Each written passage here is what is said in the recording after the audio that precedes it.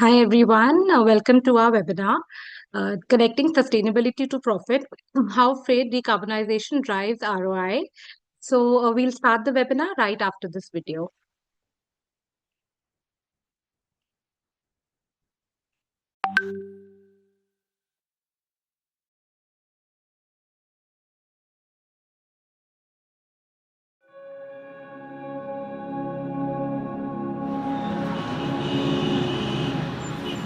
We are just a tiny speck in this vast universe. But are we sure the truth is only what meets the eye? Think again. This is our doing. We have plagued and poisoned Mother Earth with our selfish motives. India, known for large-scale behavioral change programs, has once again recognized the urgency and has led the global alliance with Mission Life. Mission life climate change के खिलाफ लड़ाई का लोकतांत्रिक democratic एक प्रकार से उसका विस्तार कर रहा है, जिससे हर कोई अपने सामर्थ्य के हिसाब से योगदान दे सकता है। मिशन लाइफ इस बात पर भरोसा करता है कि छोटे छोटे प्रयासों का भी व्यापक प्रभाव हो सकता है। मिशन लाइफ हमें प्रेरित करता है कि हम सब अपनी रोजमर्रा की जिंदगी में ऐसा बहुत कुछ कर सकते हैं जिससे पर्यावरण की सुरक्षा हो। Revolutionizing general outlook, our Prime Minister envisions to change individual and community behavior to bring in significant impact on the environmental and climate crisis. Life's objective to take individual and collective action for protecting and conserving the environment. Looking to bring in paradigm shift, Mission Life envisions three core transformations: change in demand, change in supply, and change in policy. Simplistically put, lifestyle for environment is the mission to help you identify simple acts in our daily lives that can contribute significantly to climate change. The ideology is designed keeping in mind that the actions would be specific and measurable, easy to practice by individuals, communities, and institutions, and non-disruptive to ongoing economic activity, and in fact promoting economic activity on the foreseeable future. So, let's take a pledge today and show to the world that we are environmental conscious and can lead the path for the world to follow. Lifestyle for environment.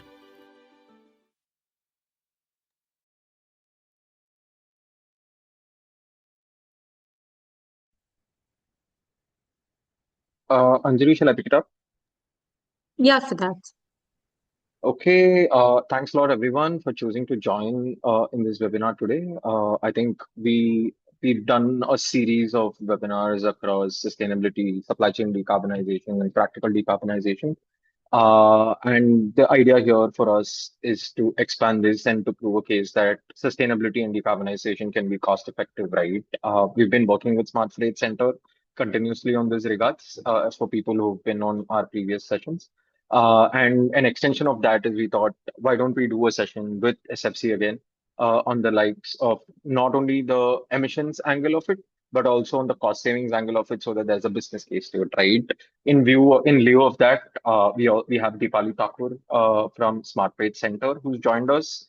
For those of you who do not know, she's working in the Smart Page Center team, which is a global organization that has come up with GLEC, Global Logistics Emissions Calculation Framework, which is going into more granular bits of not only looking at carbon emissions across the supply chain as a compliance driver, but also working with companies on seeing how it can also drive profit and loss wins, right? So that is who we have from the SFC side. For those of you who are joining us for the first time, Fitsall, as a company, we are a decarbonization as a SaaS company. What do? Is we not only help companies track, measure, and report their emissions, but we also work with companies on reducing their emissions, right? It could be, and one of the biggest levers of that is logistics and packaging, which we are working on. And hence, a session we thought we will open it up in terms of where is the impact of global logistics emissions and how it can drive profit and loss wins, right? Give a few people context on this, right? I think a large part, say if you take any kind of manufacturing company, like 75 to 90% of their emissions predominantly lies in their supply chain or value chain, out of which upstream and downstream transportation alone, contributes a significant portion of it, right? Uh, Different data sources peg the numbers to be different. But if you look at it from a 2030 angle, which most of the people are looking at it, the carbon pricing alone in an EU ETS frame is somewhere pegged to be 50 billion to 70 billion in terms of market, right? So that's a huge amounts of money that is looking at it in terms of profit and loss wins. And it is a no-brainer to say that your driver wages, but apart from the driver wages, the fuel costs are one of the biggest one as far as trucking or road transport is concerned, right? Close to 60 to 65%, if I'm not wrong. So a large part of emissions is driven based on how you're looking at fuel and how you're optimizing for fuel, how you're optimizing for routes, etc. And there is a significant global movement in terms of reducing emissions, especially on the freight, right? Right from shipping to airways to road. There are different companies that are solving for different aspects of it. And we thought, why don't we open up the floor for people, to open or create awareness on this aspect. And hence we have Dipali also here. Before I go through it, I thought, Dipali also could, start with an introduction so that it makes it easier. And then we could dive right into in terms of how there's a case for freight decarbonization as such. Sure. Thank you, Siddharth, and hello, everyone. Good afternoon once again, and thank you so much for joining. I know it's Friday evening, and we are really standing between you and the weekend, right? So apologies for that, but I think it's really very essential that we today discuss on this entire topic of freight decarbonization, and more importantly, I think uh, most of the time at a individual or at the organization level we consider sustainability as a cost element in our PNL. And today I think the entire objective of having this webinar is to share with you our insights on why sustainability is not a cost pillar, but rather than that it's a revenue pillar, and it would actually help you in improving your overall efficiencies across the supply chain. With that context, I'm Dipali Thakur. I'm representing Smart Freight Center. So Smart Freight Center is is an international nonprofit. We started our operations in like 2014 from our Amsterdam office. In India, we have been operating since last 3 years, and our focus primarily has been on two pieces. One is definitely on the emissions accounting, where we work very closely with shippers and transporters across the country, helping them to measure, report, and track their emissions. And I'm more talking from the freight emissions perspective. The second pillar, where we are working very aggressively in the country, helping again shippers and logistic service providers, is on freight electrification. And maybe in the later part of the session, I'll also be sharing that while that how freight electrification is just not a jargon, but also something that's happening widely in the country, in the different parts and pieces of the country, and how companies are actually able to make like potential revenue out of freight electrification. So that's a bit of context from my side, and over to you, Siddharth. Yeah, I think thanks a lot, Dipali, in terms of setting the context and kind of gave me a segue into the session, right? I think what we wanted to concentrate more on was on the business case of it and not just on the accounting and reporting part, which kind of becomes a tick box as far or a checklist as far as emissions calculation is concerned, right? So I think we'll start with the fundamentals. I think I also gave one or two numbers, but considering SFC and you would have worked extensively on the GLEC framework and you would have understood how freight decarbonization or logistics decarbonization, supply chain decarbonization works, right? From an overall supply chain perspective, where would you peg a freight's share of emissions at?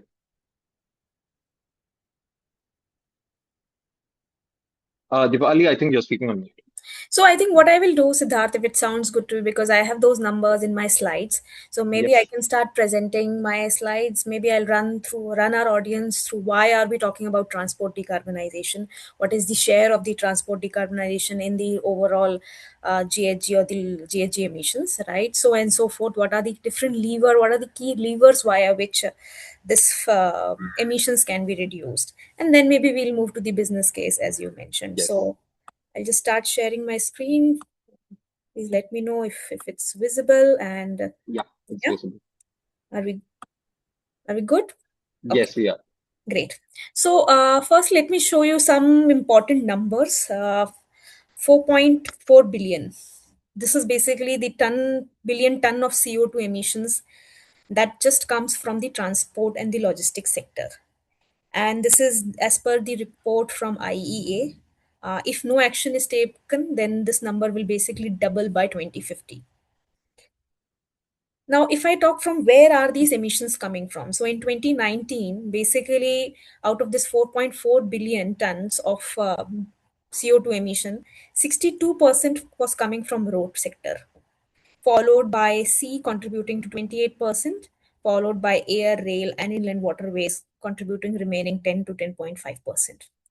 And if no actions are being taken, then 62% basically increases to 65 by 2050. And this 4.4 billion ton basically increases to 6.3 billion ton. This is more from the global perspective. Let me share you something from the India perspective. Now, as per the, again, IEA report of 2023, right, transport sector, which includes both your passenger vehicle as well as freight vehicles, contribute to 12.8% of the total emissions. And then there are remaining other segments, including electricity and heat producers, industrial sectors, so on and so forth. Today, our focus is more on this 12.8%.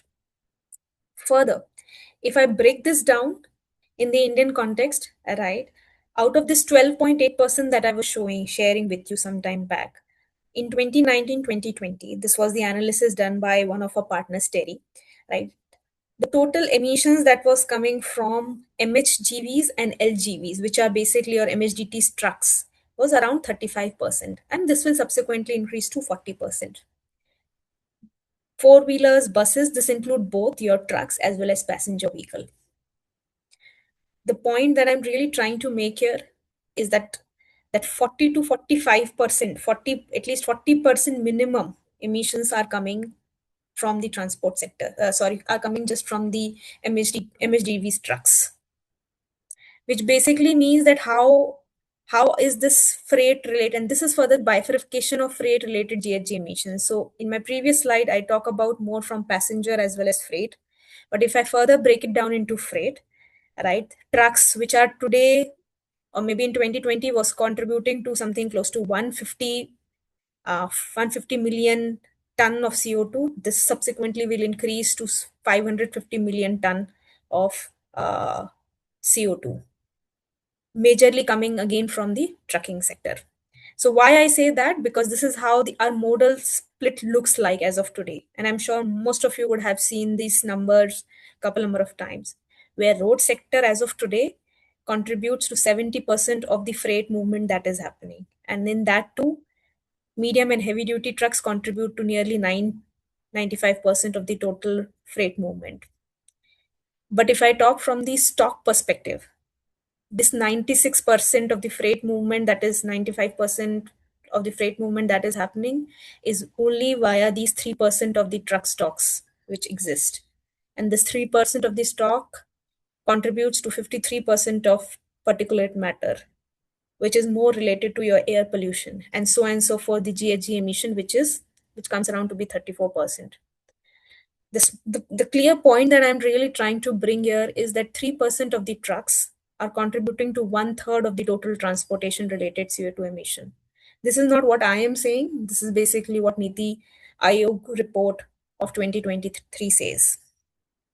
With that context, I also have some figures well published by few of our think tanks, which basically says from where these emissions are coming, who are the companies, and this is more from the perspective of the fact that top 1,000 listed companies, where there are a lot many companies that are into manufacturing, are actually contributing to 43% of the total emissions that are coming in from.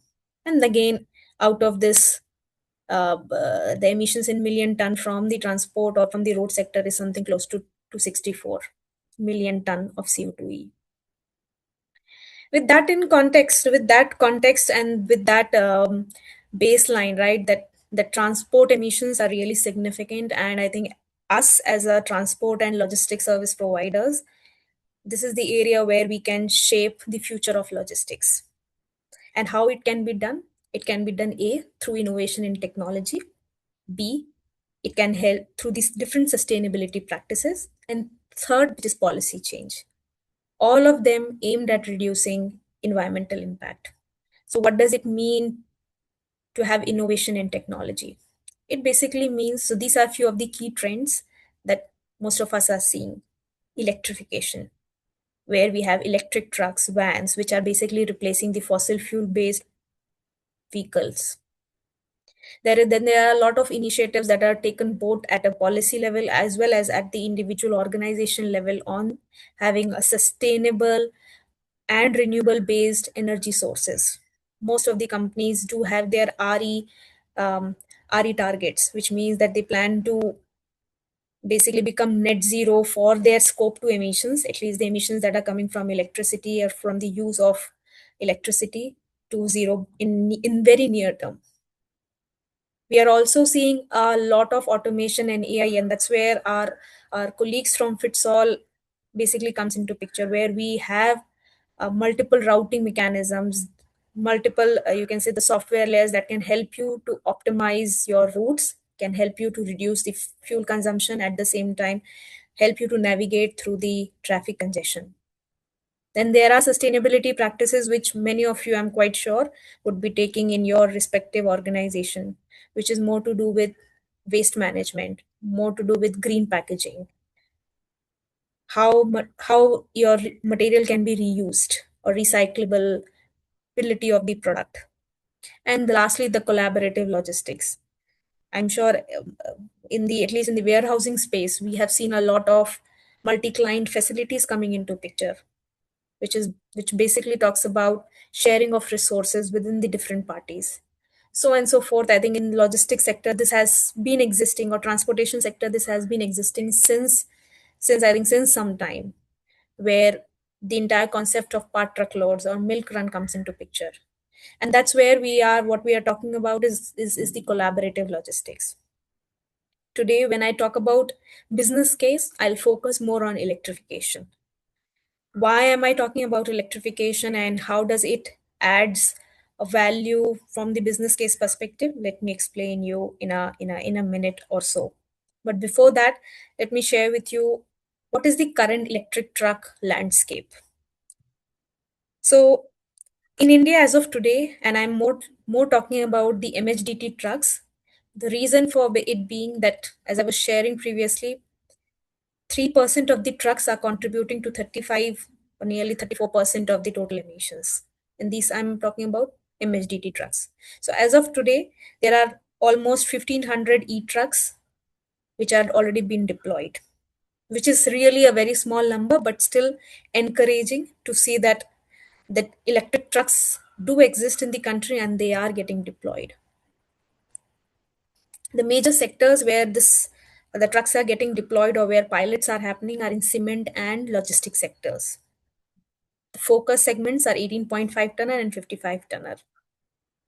There's also a ecosystem maturity that we have been able to see. While it is still at a very nascent or a recent stages, but still the maturity exists. In 2023, there was just one OEM called as IPLT. Today, we have more than 10 plus OEMs who are providing electric trucks from ranging from 12 tonner to 55 tonner. Most of them having their manufacturing or assembling plant here in India. We also have 25 plus electric models that are available. We have more than 5 plus large charging point operators in the country who are providing both fast charging as well as battery swapping. Having said that, there are certain policy enablers as well. There are central level and the state level policies. In the center, we have PME Drive, which allocates 5,000 crore for electric trucks purchase and 2,000 for the charging infrastructure. And similarly, there are multiple states which have EV policies. For example, Maharashtra and MP, they have states. These are the states mentioning or maybe talking about electric trucks. With that landscape, let me move to the point of our discussion, which is what is the impact of electrification on fuel and operational cost. And I really wanted to share while most of the things are not here on slide, but then I do know, and most of you would say that electric truck prices are 3x of the diesel truck prices, and I'm more talking from the capex perspective. But then we cannot undermine the kind of fuel and the operational cost saving that one gets when you move from diesel to electric vehicles. So as you can see, energy cost, which is it is basically a function of fuel consumed. Fuel itself alone is like 56% of the entire OPEX cost, which basically reduces at least by 26% in the electric vehicle. At the same time, from the emissions perspective, right, there is definitely well to wheel emission saving by 30 to 33%. Now, some of you might say that why is it not 100%? And the major reason is because our grid is not still green. Our grid is powered by fossil fuel, coal, and as a result of which, when we talk about well to wheel emissions, still the emission exists. However, if you or maybe the state from which you come, if they're the your charging infrastructure is powered by renewable energy, then you can save up to 75 to 80% of your emission saving. Now, this emission saving, and I'll tell you in a later slides as well, right? This emission saving that we are talking about is also one of the financial drivers via which you can actually either, which you can basically leverage in the carbon markets. And I'll come to that maybe in the next couple of slides. At the same time, something I really wanted to bring to your notice is on the was majorly on the operational cost. That while the EMI increases, but then for catering to EMIs, there are different financial models that are getting discussed in the market, which comes with lowering the interest rate, reducing the insurance or risk associated with battery replacement, and so on and so forth. But I think that I'll park it for some other day discussion. Today we are focusing more on the operational saving, and I think that's where in black and white, I think without even, if you even don't change your processes, even if you don't do route optimization, or even if you don't do the load optimization, still there is a significant saving in terms of diesel consumption that you can see. Next, I think a question that people generally have and people generally ask us is that, Dipali, the costs are very high for electric truck. And I always answer that sir or ma'am, it may not, electric truck in the current ecosystem may or may not be the right use case for yourself. What does that mean? It means that because this is a technology which is just in the market, we need to take a segmented approach. When I say that, I mean is that electric trucks are viable, but it is viable only for certain set of use cases. What are those use cases, or what are those sectors? So if you are from e-commerce, if your company is into steel, mining, cement, or ports, where most of your operations are in closed loop, it starts from same point, it delivers, and it comes back to the same point. If it is within the range of 150 to 200 kilometers, if it is a regional movement, you have a backhaul also there with you, Pune to Mumbai, Mumbai to Pune. If currently you're working on this, on a operation, on a segment or on a use case which has this kind of operational profile, electric trucks will make sense for you. How it will, I will show you in my TCO model, which is here. So here, based on multiple, you can say, pilots that we have been working around, something very keen that we observed is that, for example, if you're an e-commerce company, if you are running a monthly 8,000 kilometers, then your TCOs are favorable. Similarly, if you are a cement company, you are running 7,500 kilometers in a month, your TCOs will be favorable. What does that mean? It means you don't have to pay extra penny over your diesel vehicles for your EVs. There are also cases that we are seeing in market that, if, at least for the cement industry, that if you are running more than, for example, 10,000 kilometers, if it is a depot to maybe a plant to depot kind of a movement, where already certain optimization levers including reduction in loading unloading time, providing green channels to the vehicle, right? Under certain key cases and considerations, electric trucks are even more profitable than ICE vehicles. So, in nutshell, people, its EVs will actually help you to make more money from your current operations, considering the fact that you have selected the right use case. And that's why we say that if you really want to evaluate whether electric trucks make sense for you, is economically viable, and can you actually make more money in comparison to diesel vehicle, then please evaluate your route. If you are traveling more than 6,000 kilometer in a month, electric vehicles do make sense for you. So how do we do TCO modeling? I will not get too much into it. These are different pillars, as most of our I think audience would be aware of it. We consider vehicle specifications, what are the operational specifications, which is more to do with contract term, vehicle running, number of trips, hours of operation, loading, unloading, backhaul availability, energy consumption. And I think this second pillar is the most important pillar, which will basically influence your entire total cost of ownership. This is the operational piece will basically tell you how much profitable or how much loss a transition to electric truck will make sense. Hours of loading or loading unloading waiting time, for example, in FMCG companies, or maybe even in the cement companies, right? When a material movement happens from maybe depot to customer locations, if the loading and loading time is within 1 hour, a vehicle will have a capacity to make more number of trips in a day, and so on and so forth in a month, which directly influence uh, your cost parities. Same applies for your backhaul availability. In the current scenarios, and I think this also applies for the diesel vehicles as well, like on the routes, Bangalore Chennai route, where there's a backhaul always available, even in the diesel prices, the rates are much lesser.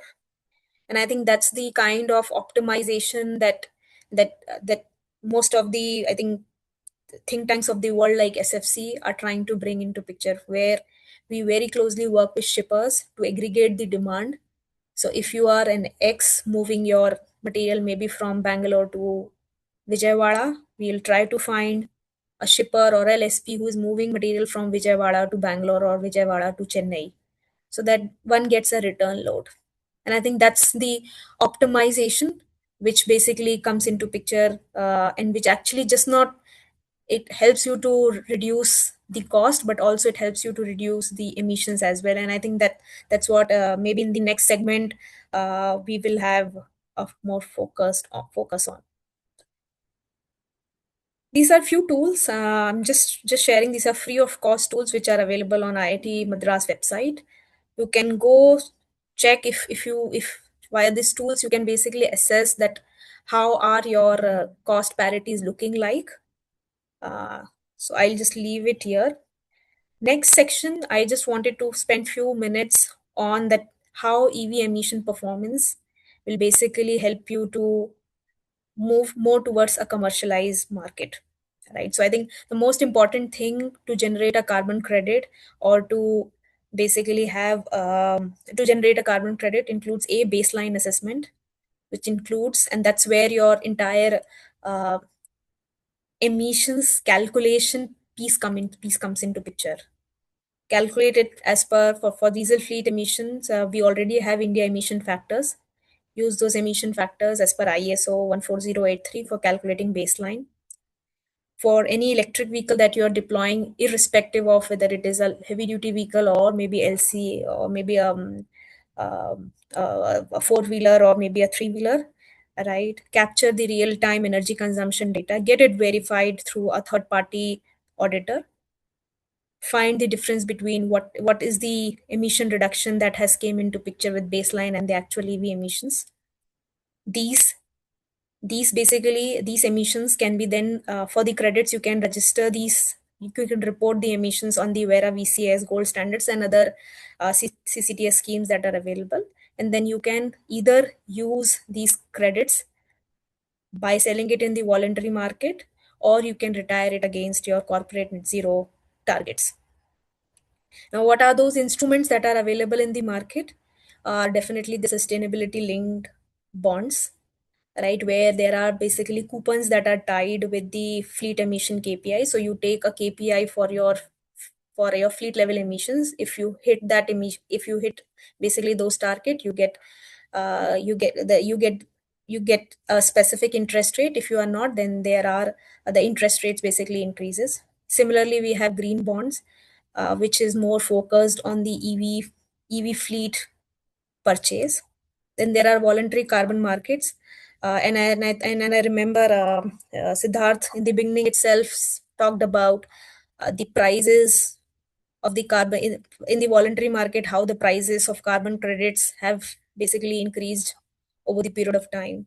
In certain countries, it has already reached $50 per ton of CO2e. While in India, we still do not have a transportation or road transport segment as one of the categories under CCTS scheme. But then there are other global markets where you can actually sell these carbon credits.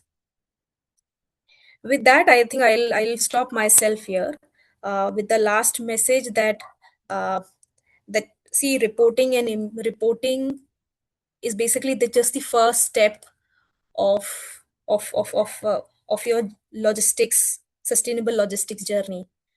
Ideally, what is required to be done by organizations if they really want to achieve their net zero goals, at the same time if they really want an ROI to be associated, is that a report and calculate and report emissions, followed by set targets for your organization. There are multiple frameworks that exist. You can go to SBTi and the others. Next, and the most important thing, is that once you have set the targets, what are the different strategies that you would want to take up to reduce these emissions? It could be around your network redesign, it could be moving to maybe a cleaner freight technology, it could I mean to say cleaner transport technology, it could be basically around reducing the emissions from your warehouse operations. And finally, once you have taken those initial and to basically implement those mm, emission reduction pathways, right, you need to collaborate. A collaboration between you, if you are a shipper, with your transport service provider, with your suppliers. With that, I'll stop myself and will hand it over back to Siddharth for the next section. Hey Deepali, I think thanks a lot, right?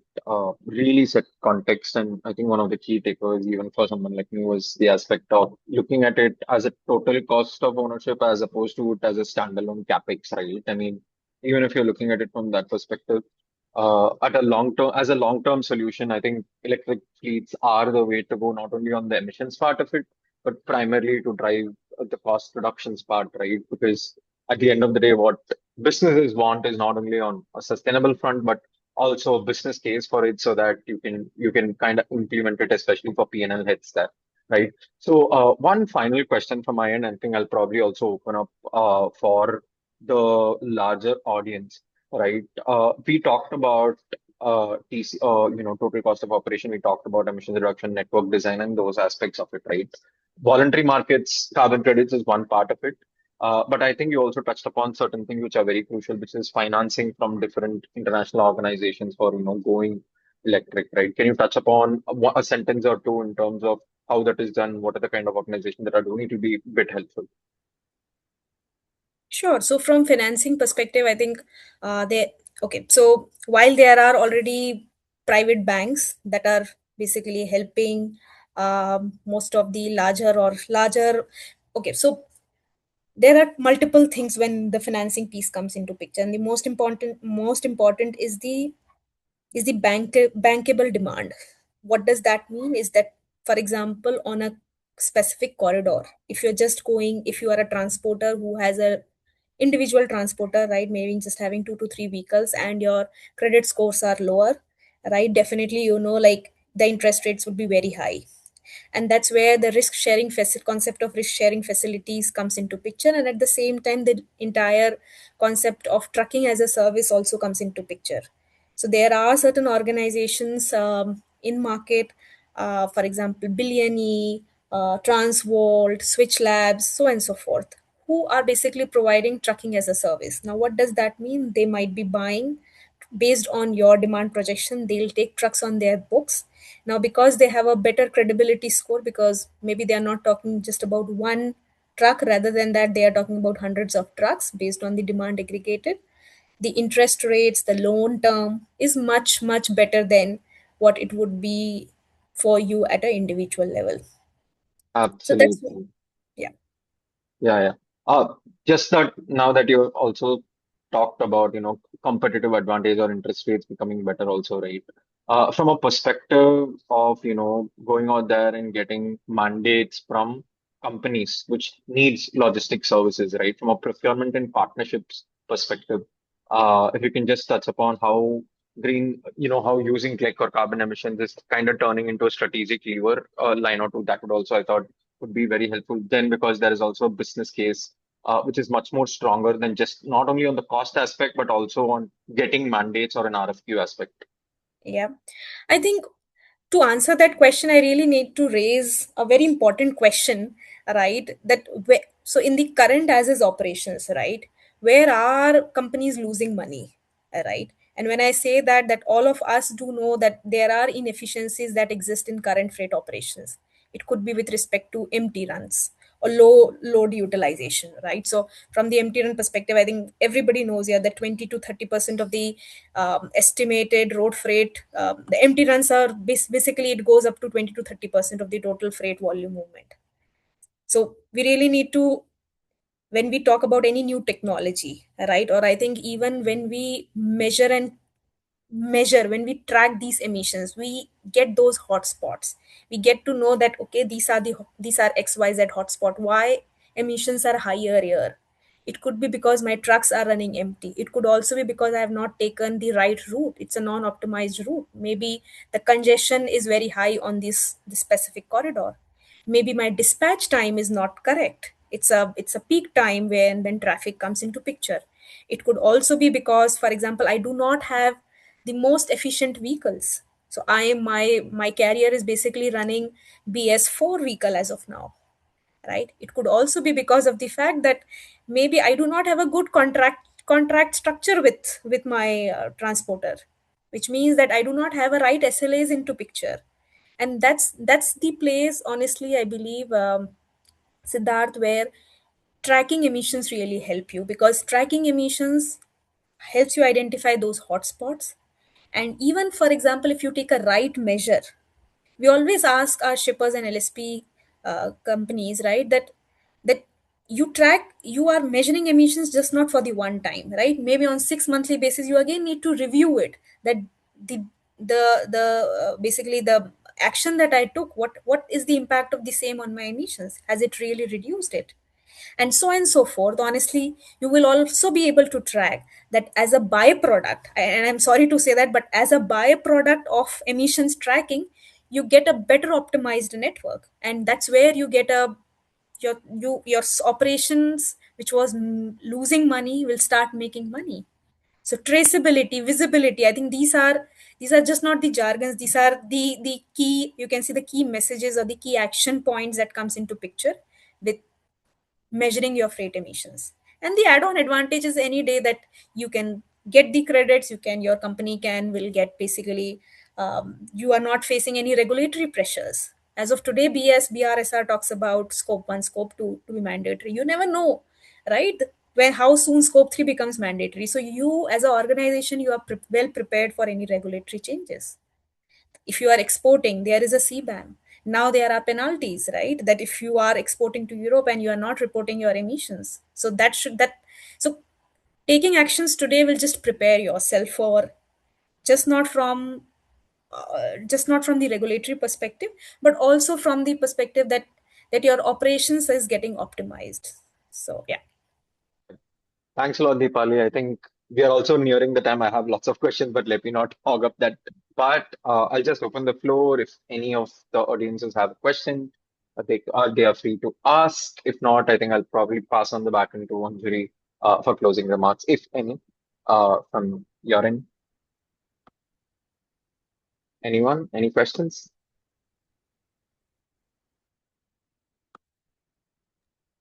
Okay, I think Yes, I'll take that as a no. Yeah, Anjali. yeah, so I think we are almost at the end of our time as well. So thank you so much, everyone, for joining us. And we would be posting a recording of this webinar on our YouTube channel. So we would send you the link as well. Thank you so much for joining us. Have a great weekend. Thanks Thank a you. lot, Deepali. It was a pleasure hosting you. Thank you. Bye bye. Thank you, everyone.